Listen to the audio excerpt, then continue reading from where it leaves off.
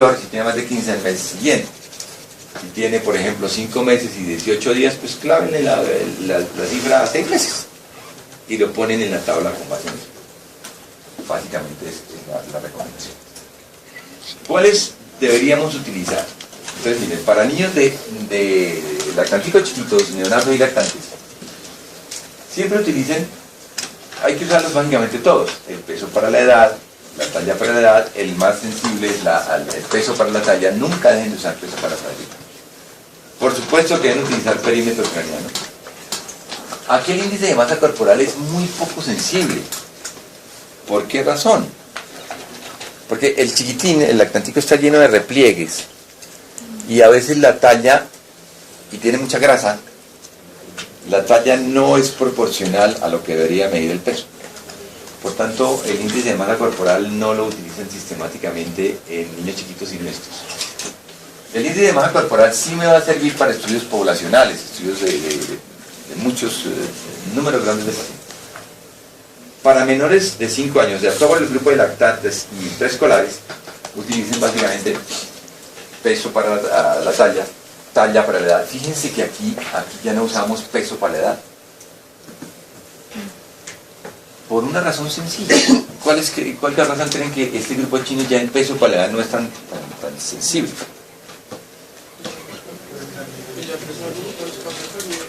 Claro, ese chino está creciendo muy rápido en talla y por tanto hay una desproporción en esos segmentos. Entonces el peso para la talla sí, pero insisto, este peso para la talla es el más sensible, ¿de acuerdo?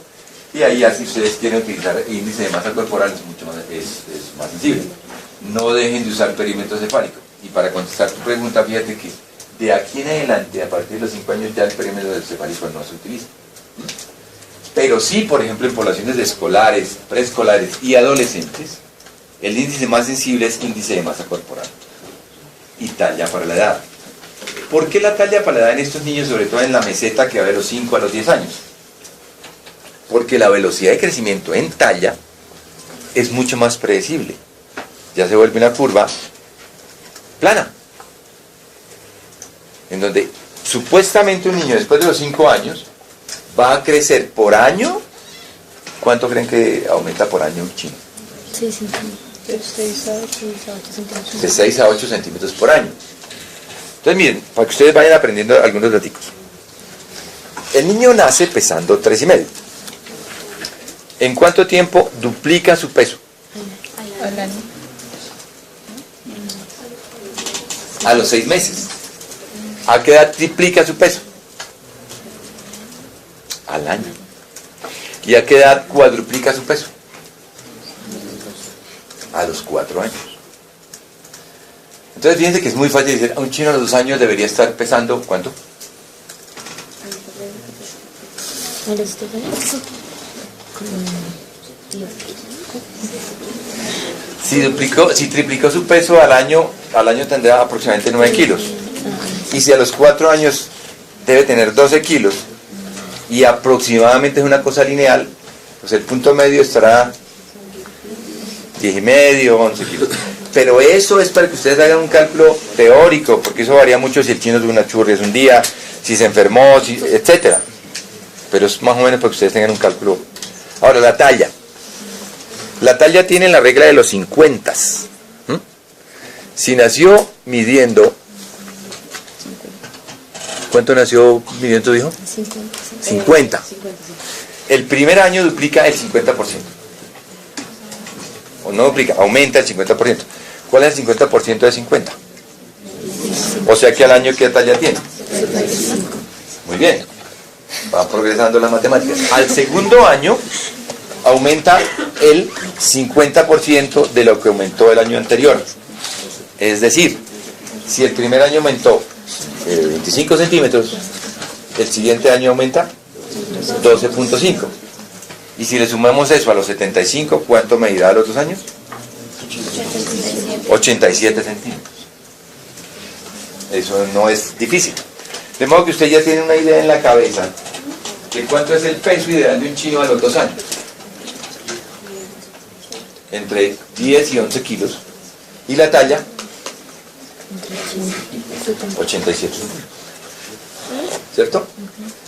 Y otra pauta que les debe seguir a ustedes de guía es que a los 4 años, siempre que lleva uno el chino al pediatra, la mamá salta de la dicha, porque a los 4 años dice, mi amor, llegaste al metro. 1 metro. Y a esa edad tiene 1 metro y 12 kilos. ¿Cierto? ¿Y el perímetro craneano cuánto es?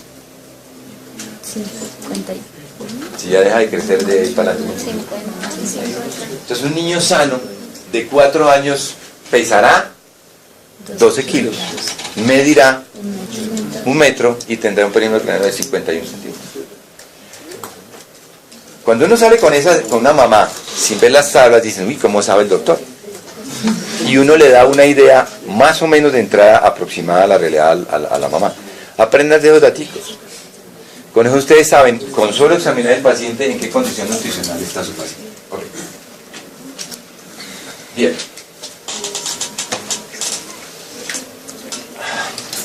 Doctor, ¿y por qué no la descarta? Dejémosla así. Sí, primero.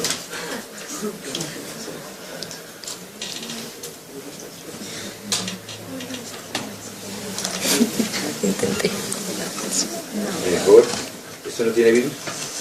Sí, no tiene virus. Es por lo que está en internet.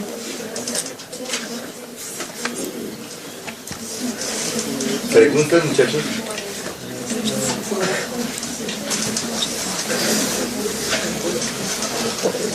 Ok. Miren lo que les decía respecto al índice de masa corporal. ¿En qué casos debo utilizar sistemáticamente índice de masa corporal? Si la relación de peso para talla, que dijimos que era un poco más sensible, está o bien por encima de una desviación estándar, es decir, si está en riesgo de sobrepeso u obesidad, utilizamos el índice de masa corporal. Pero se usa índice de masa corporal sistemáticamente en todos los mayores de 2 años. ¿Cierto? Tengan en cuenta que los puntos de corte del índice de masa corporal son más 2 desviaciones estándar para sobrepeso y más 3 desviaciones estándar para obesidad. Eso es muy importante tener. Hagamos un ejercicio sencillo. En menores de 2 años, esta gráfica es de peso para la edad. Talla para la edad. Entonces miren, el punto de corte para talla para la edad es de menos 2 desviaciones estándar. Cualquier paciente que esté por debajo de 2 desviaciones estándar se considera talla baja para la edad o se llama retraso en la talla. ¿Qué es este punto? Yo insisto, si ustedes tienen un paciente el primer día de su consulta y les digo por aquí, el chino sí se nota que es chiquitico y la mamá pues no mucho, no la vamos a angustiar diciéndose enano. No, por favor sean prudentes a la hora, no hay cosa más sensible que eso, porque muchas mamás van con la idea de, doctor, dame la hormona, yo quiero que crezca, porque no sé por qué razón se piensa que ser bajito es pecado o que está asociado a patologías. No. Entonces, evidentemente hay una talla baja o retraso en la talla, pero le vamos a dar el chance de, muchachos, si están fatigados, tranquilos, reposamos, o le damos derecho hasta las 11 y nos vamos. Ustedes tienen la palabra. Yo sabía. Seguro. Ahora, miren, si está entre menos 2, estas son las desviaciones estándar. Si está entre menos 2 desviaciones estándar y menos 1, o sea, este carril, es lo que llama un riesgo de baja talla. Un punto de corte importante para observar al niño. Pero ojo, muchachos, si el niño ya ha tenido varios controles previos y ha seguido por este carril a lo largo de todos sus controles, pues tranquilos, es la tendencia, ¿no? Y no ponerse, es que vamos a tratar de subir de carril. Porque en talla uno no puede asegurar eso en 1 o 2 meses. En peso sí. Y si está por más de una, mayor de menos una desviación estándar, o sea, alrededor de la línea de corte, que es la 0 desviación estándar, es una talla adecuada. Yo no puedo hablar nada de los niños que están por aquí, que son niños o muy grandes, o más 3 desviaciones estándar en talla, a menos que sea un síndrome dismórfico importante, una acromegalia,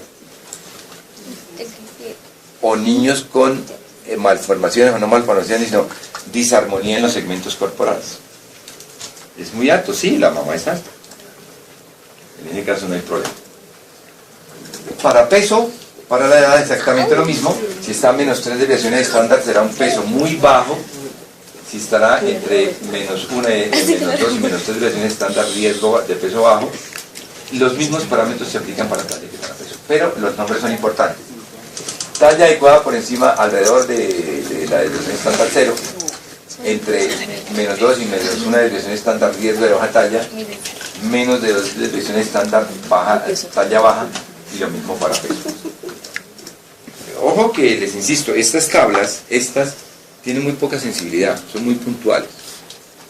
Por eso a veces uno se acostumbra a utilizar peso para talla. Entonces el peso para talla es bien importante. Esta medida es mucho más sensible. Porque les está indicando no solamente el estado actual, sino la evolución que ha tenido el paciente. Entonces fíjense, si estamos por debajo de 3 desviaciones estándar, estamos hablando de peso muy bajo para la talla, y ahí sí podemos hablar de desnutrición aguda severa. Es bien importante.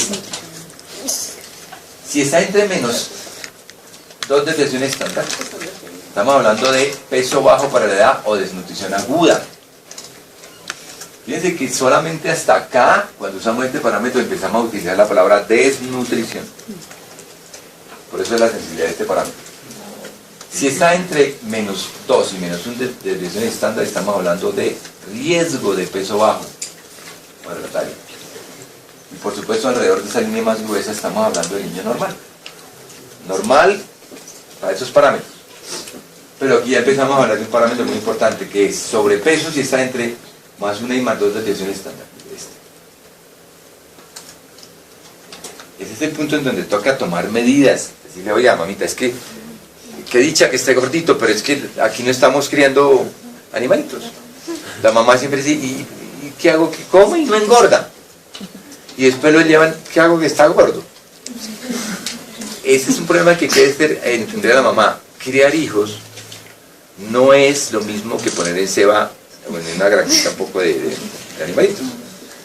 Importante eso, ¿no? Porque la mamá siempre aspira a que esté aquí. Y cuando esté aquí, entonces le dice el médico, pero eso es grave.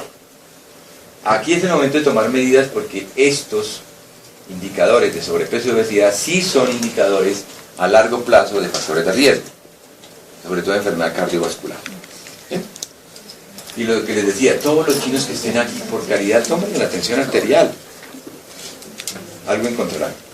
En esos niños, ya que son un poquito mayores, tomémosle índice de masa corporal, y fíjense que esto sí nos va a determinar factores de riesgo cardiovascular. Para eso nos sirve el índice de masa corporal. Sobre todo si están entre 1 y 2 desviaciones estándar, sobrepeso. Es un indicador más sensible. Y por encima de 2 desviaciones estándar, obesidad. Y si hubiera una tercera desviación estándar, hablaríamos de obesidad mórbida. Que eso sería mucho más complicado, ¿no? Bien. Perímetro cefálico. Aquí hay muchas cosas también que hay que tener en cuenta. Como les decía, el perímetro cefálico es un indicador muy sensible de neurodesarrollo en la mente. ¿Sí? Recuerden, ¿para qué sirve la mielina?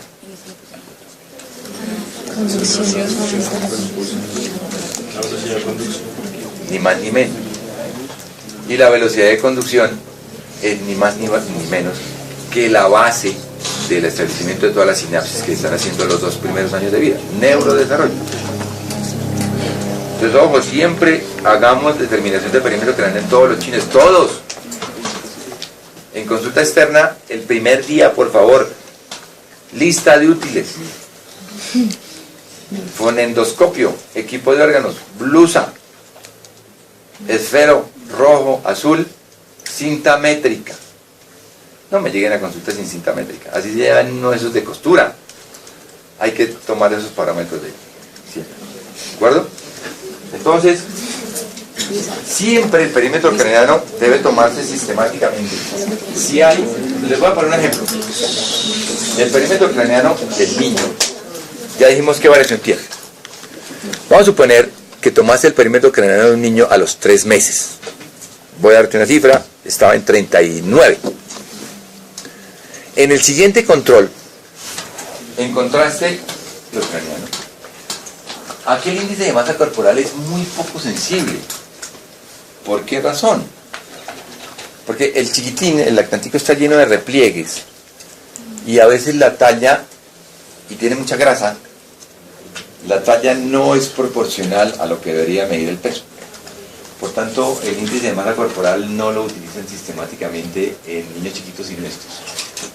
El índice de masa corporal sí me va a servir para estudios poblacionales, estudios de muchos números grandes de pacientes.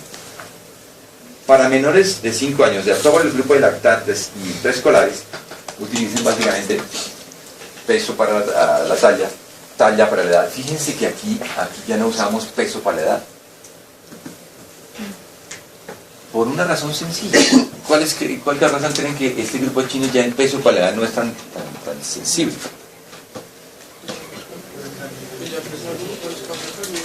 Claro, ese chino está creciendo muy rápido, en talla. Y por tanto hay una desproporción en esos segmentos. Entonces el peso para la talla, si tiene más de 15 meses siguiente, si tiene por ejemplo 5 meses y 18 días, pues clávenle la cifra a 6 meses y lo ponen en la tabla con base en eso. Básicamente es la recomendación. ¿Cuáles deberíamos utilizar?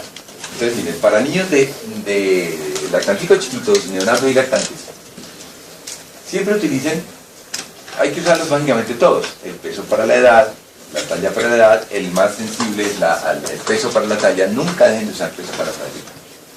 Por supuesto que deben utilizar perímetro, porque la velocidad de crecimiento en talla es mucho más predecible, ya se vuelve una curva plana,